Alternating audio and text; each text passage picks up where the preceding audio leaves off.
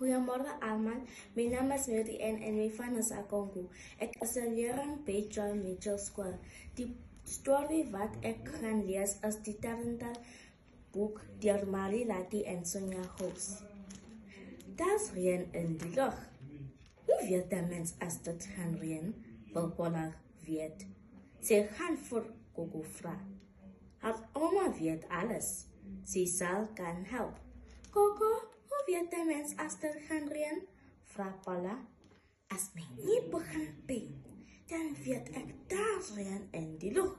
Hoe kom vraag je? Vraagt Coco. Paula denkt, haar knie pijn nooit niet. Ze zal nooit kan zien als dat gaan reën niet. Ze gaan voor haar ma vragen. Ma weet alles. Ze zal kan helpen. Maar hoe weet de mens als dat gaan reën?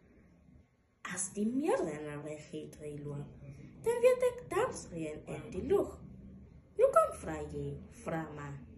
Paula denkt, pa heeft gif gespeeld voor die meer. Hij speelt altijd gif voor die meer. Ze zal nooit kan zien als dat gaan reën niet. Paula gaat voor haar pa vragen. Pa weet alles. Hij zal kan helpen. Pa, hoe weet de mens als dat gaan reën? Vraagt Paula. Als daar een sikkel of kraan om die man is, dan weet ik dat reën in de lucht. Hoe kom vraag je? Vraagt pa. Paula denkt, ze zal dan al. Ze zal nooit kan zien als dat gaan reën niet. En Paula wil baie graag weten. Het is vrijdagavond. Oh, klaar Coco. Met nie pijn. Die meerde loopt in een regeet. Sê ma voor pa. Wacht, sê pa. Ik zal gauw die meerde speet. Hij kijkt. Dat is een kang. Om die man. Dat gaan zeker reën.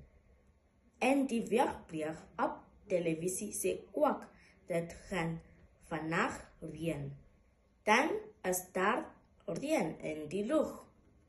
Dit is een zeker manier om te weten, dank Paula. Baie dankie.